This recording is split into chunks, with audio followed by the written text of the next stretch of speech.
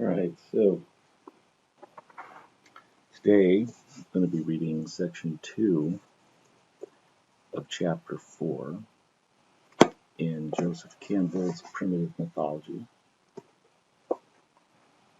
Chapter 4 is entitled The Province of the Immolated Kings, and section 2 is A Night of Scheherazade. So, Leo Frobenius, to whom we owe the recording and publication of this legend from the lips of the old captain of his camel boys, has pointed out that in the historical library of the Sicilian annalist Diodorus Siculus, who visited Egypt between the years 60 and 57 BC, there is an account of the practice of ritual regicide among the Nubian Kassites of the Upper Nile, in the province then known as Meroe Napata. The priests would send a messenger to the king, declaring that the gods had revealed the moment to them through an oracle, and the kings, as Diodorus declares, submitted to this judgment through superstition. However, Diodorus goes on to say, in the period of the Alexandrian pharaoh Ptolemy II Philadelphus, 309 to 246 BC. The custom was disregarded by an Ethiopian monarch named Ergamenes, who had received a Greek education. Placing his trust rather in philosophy than in religion, and with a courage worthy of the tenant of a throne, Ergamenes walked with a body of soldiers into the hitherto solemnly feared sanctuary of the Golden Temple, slew the priests to a man, discontinued the tradition derived from the awesome past, and reorganized things according to his own taste. Arach ben Husul's tale itself, as Frobenius observes, suggests the Arabian Nights, not only in its narrative style and fabulous atmosphere, but also in its theme. For, as all recall, in the frame story of that collection, the clever bride, Scheherazade, through her fascinating storytelling art, rescued from death both herself and all the maidens of her generation. Whereas here we have the same art achieving a like result, rescuing now, however, the king too from death, as well as the clever young woman who, like Scheherazade, was the instigator of the whole operation. The dates of the formation of the main body of the Arabian Nights lie between the 8th and 14th centuries AD, though some of the tales appear to have been composed and added as late as the 17th century. The period is one to which the world owes a great many of its most fascinating wonder tales, since it is precisely in those centuries throughout the Middle Ages, that is to say, that the custom of telling stories flourished most elegantly in the courts of Europe, India, and Persia, as well as in Arabia and Egypt. It must be recognized, therefore, that although our legend of the destruction of Kosh may indeed be founded on some such act as that recorded of Ergamenes in the 3rd century BC, when the humanism of Greece penetrated to the sanctuaries of ritual regicide in the Sudanese Upper Nile, the incident has been rendered in a style and mood of about the 10th century AD. No one who has studied the art of the fairy tale will doubt that such a folk narrator of the 20th century as Arach ben Husul might faithfully communicate not only the plot, but even the very style of a tale contrived in the Middle Ages. One need only read the folk tales gathered by Jeremiah Curtin in the west of Ireland in the 1880s and compare them with Standish H. O'Grady's translations of the tales of the Fianna and Irish saints from a series of 15th century Irish manuscripts to be convinced. The ability of traditional storytellers to hold their precious tales in mind to the minutest detail had already been noticed by the brothers Grimm in the course of gathering their German collection. Anyone believing that traditional materials are easily falsified and carelessly preserved, and hence cannot survive over a long period, they wrote, should hear how close the old storyteller always keeps to her story, and how zealous she is for its accuracy. Never does she alter any part in repetition, and she corrects a mistake herself immediately she notices it. Among people who follow the old life ways without change, attachment to inherited patterns is stronger than we, impatient for variety, can realize. It is entirely possible, therefore, that our tale of the destruction of Kosh may stem from the period and genius of the great collection of Scheherazade. But whence the tales of Scheherazade?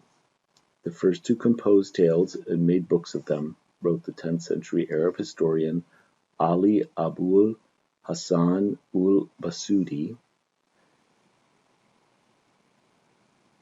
956 AD, were the Persians. The Arabs translated them, and the learned took them and composed others like them. The first book of the kind Bade, his account continues, was that called Hazar Afsan, 1,000 Romances, and its manner was on this wise. One of the kings of the Persians was wont, whenas he took a woman to wife, and had lain one night with her, to put her to death on the morrow. Now he married a girl endowed with wit and knowledge, by name Scheherazade, and she fell to telling him tales, and used to join the story, at the end of the night, with what should induce the king to spare her alive, and question her the next night of the ending thereof, till 1,000 nights had passed over her. Meanwhile he lay with her, till he was vouchsafed a child by her, when she discovered to him the device she had practised upon him. Her wit pleased him, and he inclined to her, and spared her life. It is usual to regard the nuclear idea of the Arabian 1,000 Nights and One Night as Persian, even while recognizing that the collection was swollen to its present magnitude through contributions largely from Arabian Syria and Iraq, and Arabian Egypt. Frobenius, however, adds to this view a new and extremely interesting hypothesis based on his own collection of stories from the Sudan, namely, that there may have been a common source from which both the Persian tales and the Sudanese were derived, issuing from South Arabia, Hadramaut, that land beyond the Eastern Sea, the Red Sea, from which the fabulous slave Pharlemos came to the court of the Nap of Napata. Is our Sudanese tale perhaps from an older rendition? Frobenius asks, not so worn at the edges and over-refined by a series of Indian, Persian, and late Egyptian transformations?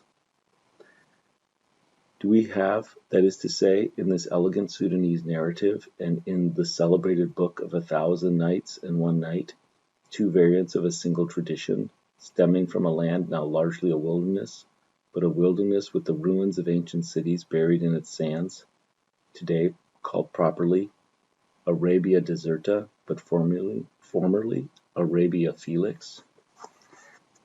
As we moved slowly along through the Red Sea in the year 1915, Frobenius wrote in his account of the collection of his tales from Kordofan, and I chatted by the hour with the Arab seamen. I learned of an apparently widely spread opinion, which may serve to clarify a number of problems in the present context. My informants maintained stoutly and firmly that all the tales of the Arabian Nights had first been told in Hadramaut, and from there had been diffused over the earth. And the tale that they particularly stressed was Sinbad the Sailor. The question of the relationship of these two traditions has not, as far as I know, been resolved. It leads, however, to a second no less fascinating question, which we are now able to answer in detail, and this too was proposed by Frobenius. It is the question, namely, of a possible historic or prehistoric background for this Sudanese knight's adventure.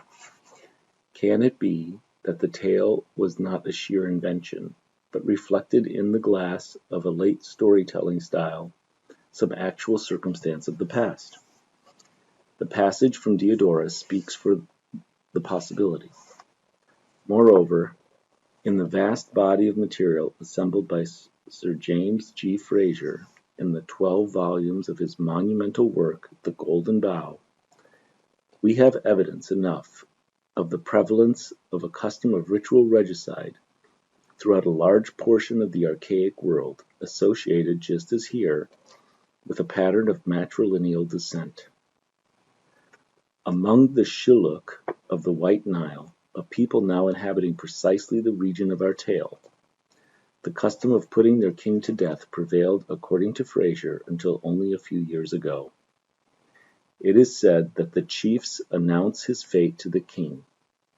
Frazer writes, citing the studies of C. G. Seligman, and that afterwards he is strangled in a hut which has been specially built for the occasion. Furthermore, in 1926, new evidence attesting to the nature of the destiny of the earliest kings and their courts was unearthed by Sir Leonard Woolley in his excavations of the so-called royal tombs of Ur, the city of the moon god of ancient Sumer. His grim discovery is described in a later chapter. So, from what we now know, it can be said with perfect assurance that in the earliest period of the hieratic city-state, the king and his court were ritually immolated at the expiration of a span of years determined by the relationship of the planets in the heavens to the moon, and that our legend of Kash is, therefore, certainly an echo from that very deep well of the past, romantically reflected in a late storyteller's art.